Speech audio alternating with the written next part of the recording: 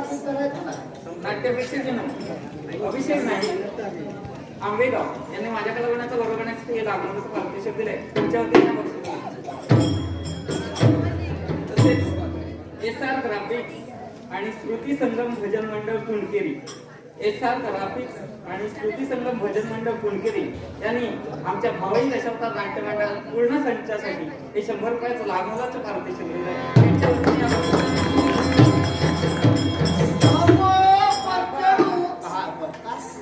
आता इथून नृत्य नाही केलं पोटा पाण्याचं काय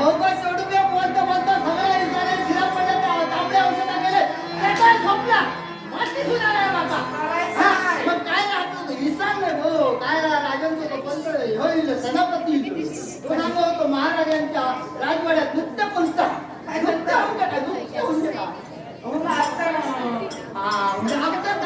नृत्य म्हणजे राजांना आमचं नृत्य पाहायचंय हो त्याचं आमंत्रण आलंय हो पण बाबा आपण राजवाड्यापर्यंत गेलो त्याची समोर नृत्य सादर केलं धनही भरपूर मिळेल त्याच्यासाठी मग विलंब नको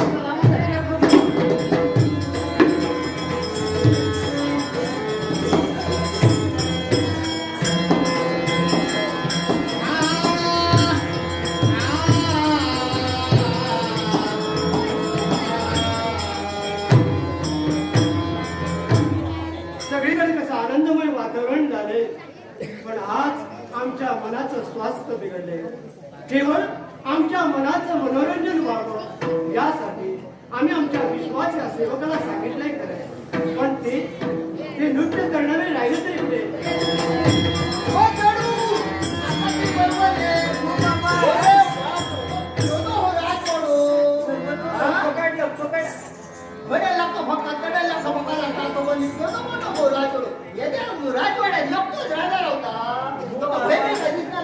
राजवाडा त्यांचं एवढा लपकड आहे राजात एवढी मोठी असतील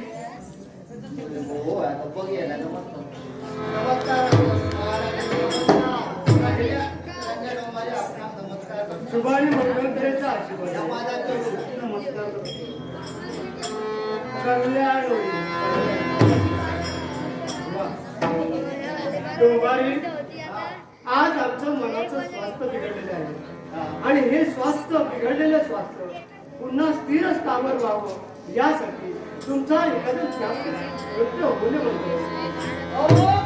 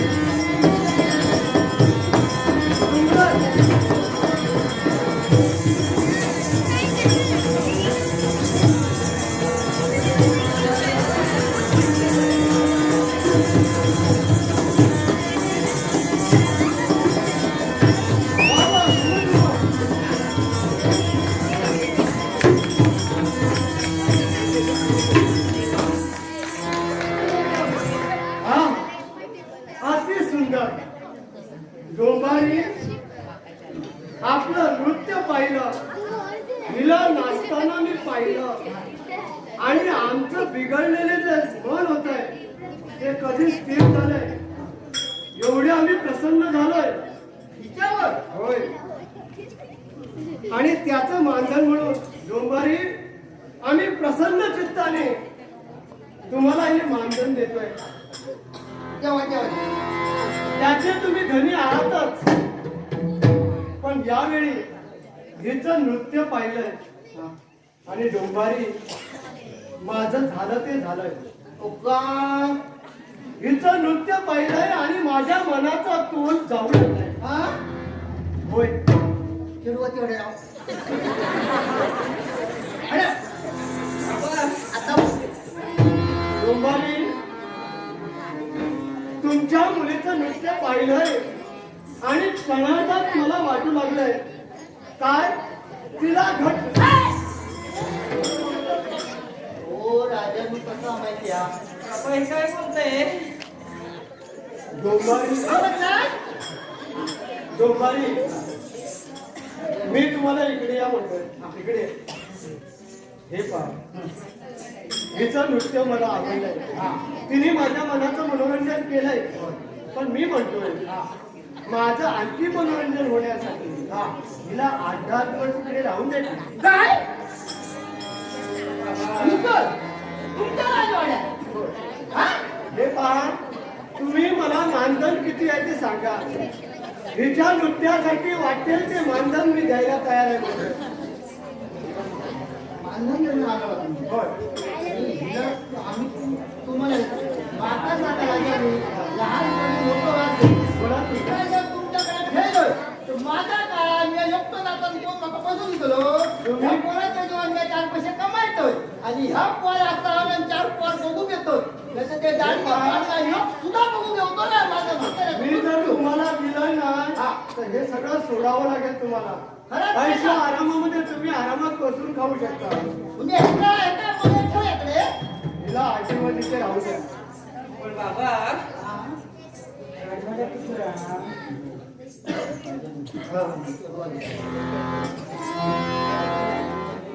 बाबा आपण डोंबारी घराण्यात आपला जन्म झालाय. होय शाळेत राज करते. होय समजा इथं आपण 8 दिवस राहिलो तर यांची प्रजा काय म्हणते? दुपारी निर्णय झाला राहू दे हिला 8 दिवस. काय झालं माहिती हो आमचा हाताचा थोडा आमच्या शांत तोंडात दुखती काय बसतो अरे हो, खरोखरच योग्य निर्णय तुम्ही मला देताय. या ठिकाणी मी कोण, मी राजा आहे, माझी प्रतिष्ठा काय, या ठिकाणी प्रजांना जर समजलं तर माझी काय किंमत राहील. हो, मग मी काय करावं अशी इच्छा आहे. जर तुम्हाला मला भेटायचं असेल ना तर आमच्या झोपडीपर्यंत तुम्हाला यावं लागेल. काय मला तुम्हाला भेटायचं असेल तर तुमच्या झोपडीपर्यंत मला तिथे यावं लागेल. पण तुमची झोपडी आहे कुठे? आमच्या झोपडीपर्यंत जर का तुम्ही येत असाल हा त्या त्या तिथे पलीकडे पलीकडे आमची झोपडी. म्हणजे त्या तिथे तुम्हा झोपड डोंबाऱ्याचे झोपड आहे. हा तुमचा मानस माझ्या लक्षात आला. त्या तिथे इथं नको, पलीकडे. तिथं मग हा म्हणतोय. आता लगेच. सकाळी हीच म्हणाली इथं नको तिथं. आणि लगे हो सकाळी अजिबात नको म्हणजे? मग बघताय हो तुमचं येतं म्हणजे ना सकाळी यायचं नाही. मग कधी यायचं? दुपारी अजिबात नको काय म्हणताय दुपारी पण नको? नको हा.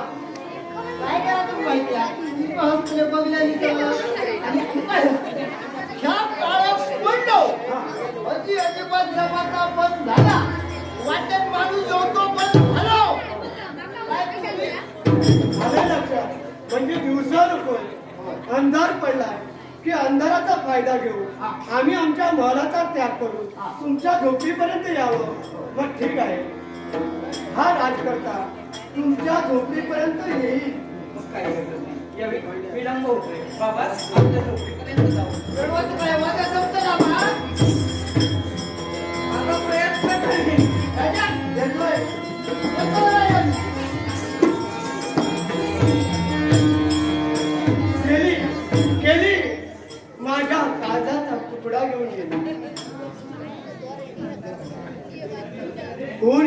जिव्हारीची मुलगी. पण नाही, या क्षणी आमच्याकडे हिचं वर्णन करण्यासाठी शब्दच नाहीये. म्हणूनच काळोखाची वाट पाहावी आणि संधीचा फायदा घेऊन डोंगराच्या डोंगरीपर्यंत जावं.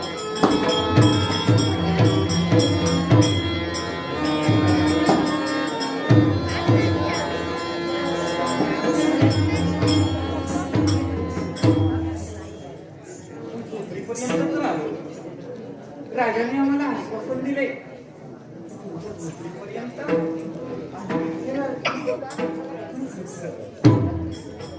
तिन्ही संध्याची वेळ. अंधार पडू लागला. ही रात्र उठू लागली. झोपडी आवाज. बरोबर शांततेची आवाज.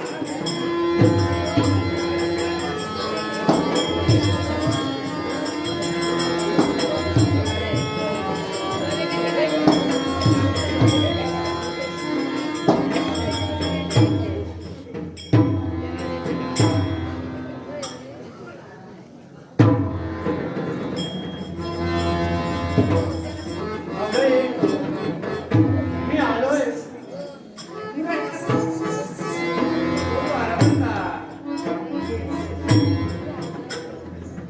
मी तुझ्या नृत्यामध्ये एवढा रंगून गेलोय की तुझं नाव सुद्धा मी विचारलं नाही. तुझं नाव काय? माझं नाव चांदणी. तुझं नाव चांदणी. हा. अरे वा, तुझ्या रूपाप्रमाणे तू एक चांदणीच आहे. हे पहा हो किती चांदणी, तुला पाहता क्षणी माझं झालं ते झालं. हो कळतंय मला. जे शब्द मी मौनामध्ये प्रकट करू शकलो नाही, हा.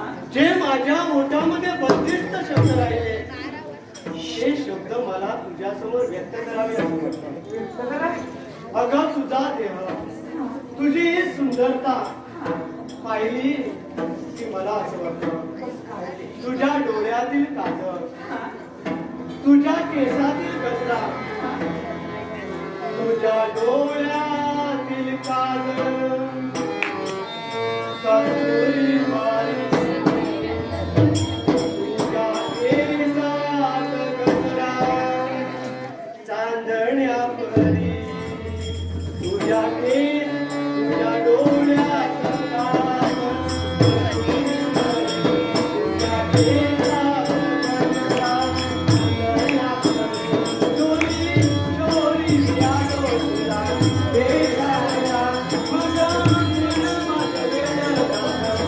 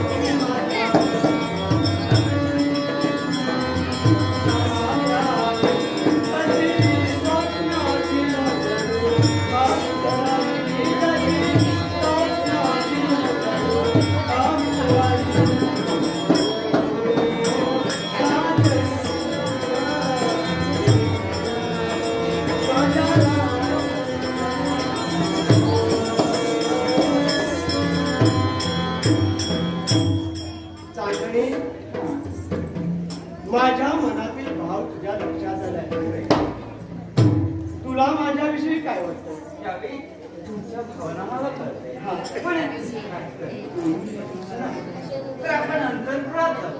म्हणजे? इच्छा आकांक्षा तिथपर्यंत आपल्या मनामध्ये निर्माण झालेल्या भावना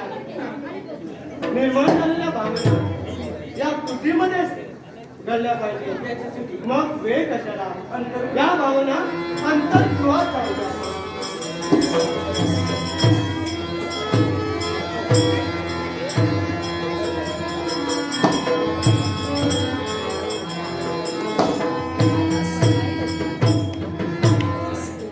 समाधान प्राप्त झालंय.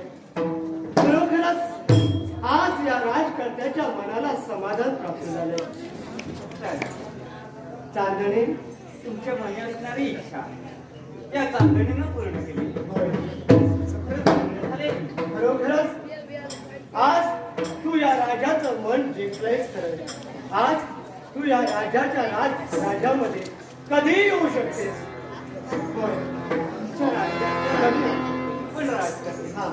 तिथं जर कमी आले असते तर निंदणारच याच्यात. तू निर्णय ज्याच्या वेळी या चांदणीची तुम्हाला आठवण होईल, त्याच्या वेळी या झोपडीपर्यंत आपण येण्याचं कर्तव्य करा. नक्की येईल. अगं चांदणी हा.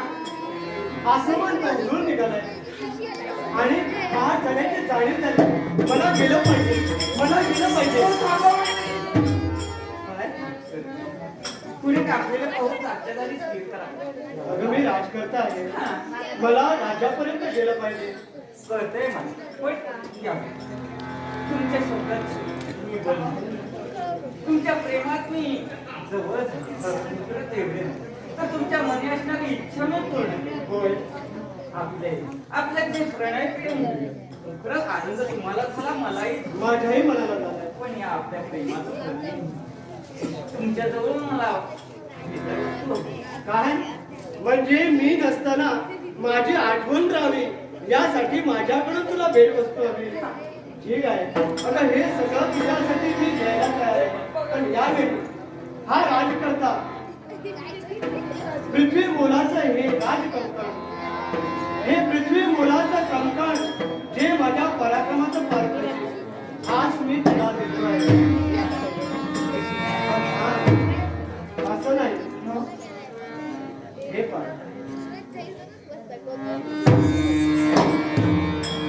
माझ्या मनाला ज्यावेळी वाटेल त्यावेळी मी या झोपडीपर्यंत येईल आणि ही तुमची इच्छा.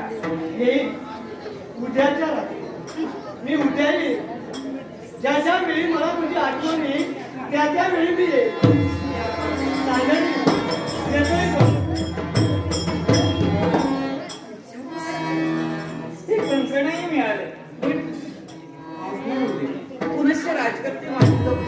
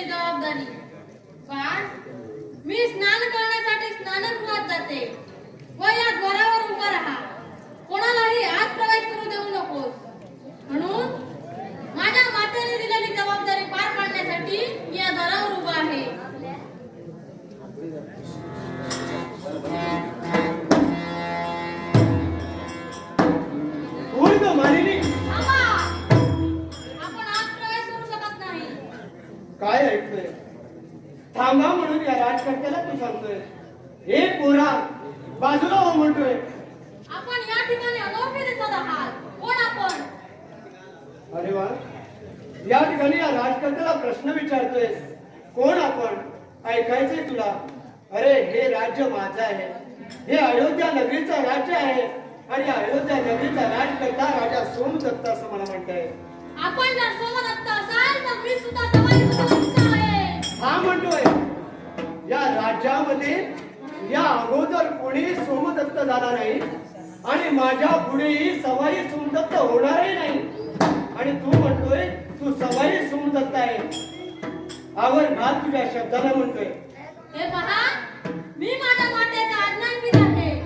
मी आतापर्यंत आपण मुळीच आत जाऊ शकत नाही. हे पहा, तू तुझ्या मातेचा आज्ञांकित असशील पण या राज्याचा राजकर्ता मी आहे. माझा इच्छित साध्य करण्यासाठी मला गेला पाहिजे.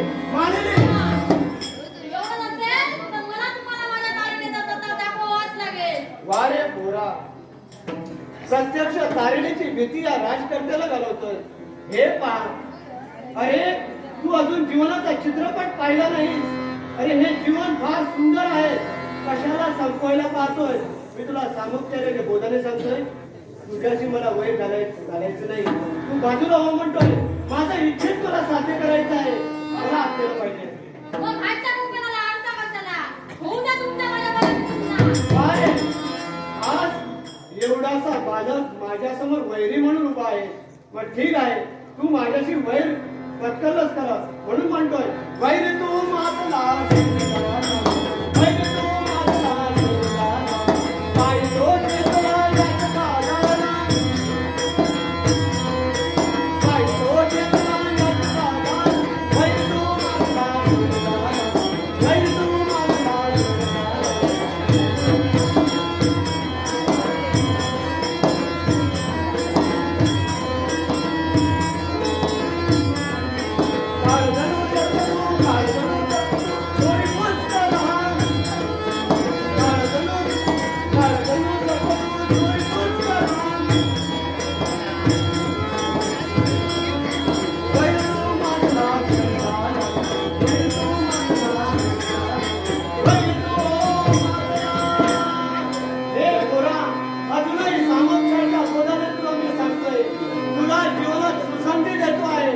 बाजूला हो म्हणतोय. मला या गृहामध्ये प्रवेश करून म्हणतोय. आणि जर ऐकत नसेल तर जशात त्याचं उत्तर देण्यासाठी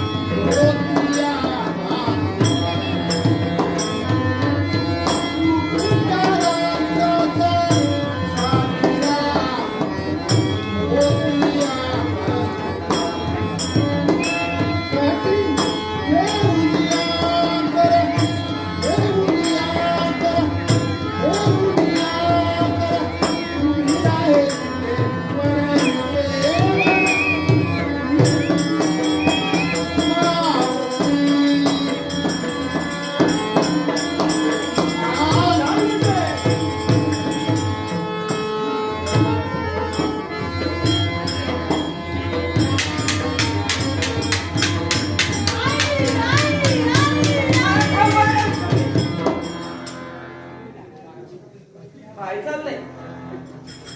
कोण? माझं इच्छित हेतू माझ्या समोर उभा आहे.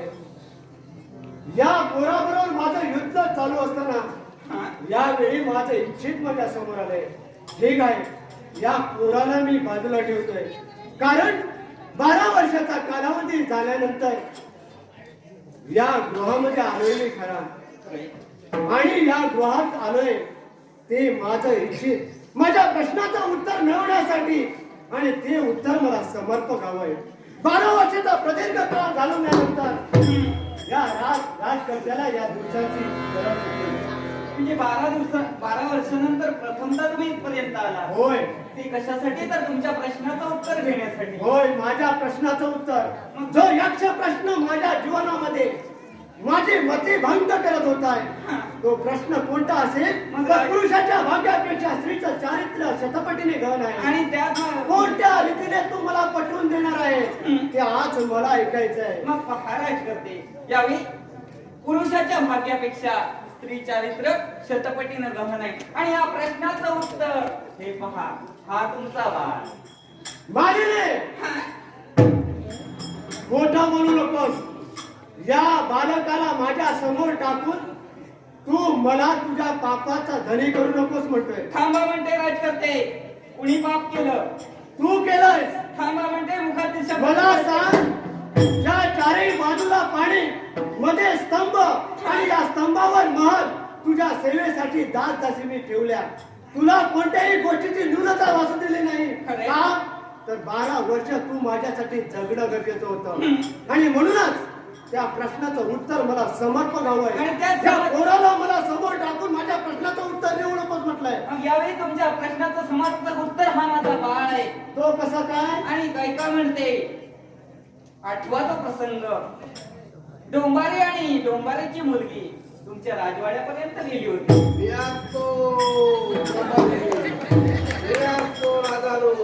झोपडीत गेलाय कसा आणि बाळ झाला कसा? हो, डोंबारी इकडे आहे. डोंबारी इकडे आहे. इकडे आहे. डोंबारी, झोपडीतला विषय इथे काढायचा नाही.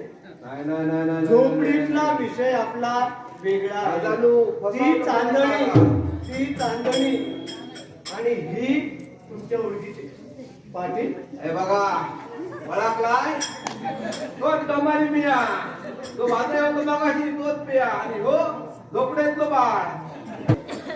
पण हे कसं शक्य आहे? मी तर हिला बंदिस्त करून ठेवलंय. चारी दिशेला पाणी, तिच्या सेवेसाठी दास दासी आणि माझे सेवकही होते. ही त्या पाण्यातून आलीच कशी? मग राजकर्ते, हा, यावेळी बाबांच्या शब्दावर तुमचा विश्वास नाही. हा, हे कंकण बघा पुरा इतके असत ते बघा. आणि नाही तर सांगताय तेव्हा सांग आता बोलू. ती चांदणी तीच ही मालिनी आणि ही मालिनी तीच ती चांदणी. आहे. ती चांदणी आणि तू मालिनी, मालिनी तीच चांदणी आणि चांदणी तीच मालिनी. हा काय प्रकार आहे? आणि हा बाळ, हा बाळ तुमचाच आहे.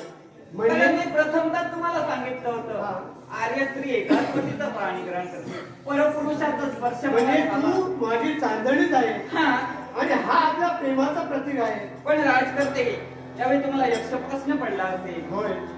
चारी बाजूला पाणी, मध्ये स्तंभ होय. आणि त्यावर महाल आणि त्या महालात असणारी मालिनी चांदणी बनून तुमच्या राजवाड्यापर्यंत आली कशी? तेच तर मी तुला आणि त्या विचारलं. प्रश्नाचं उत्तर मी तुम्हाला देणार आहे.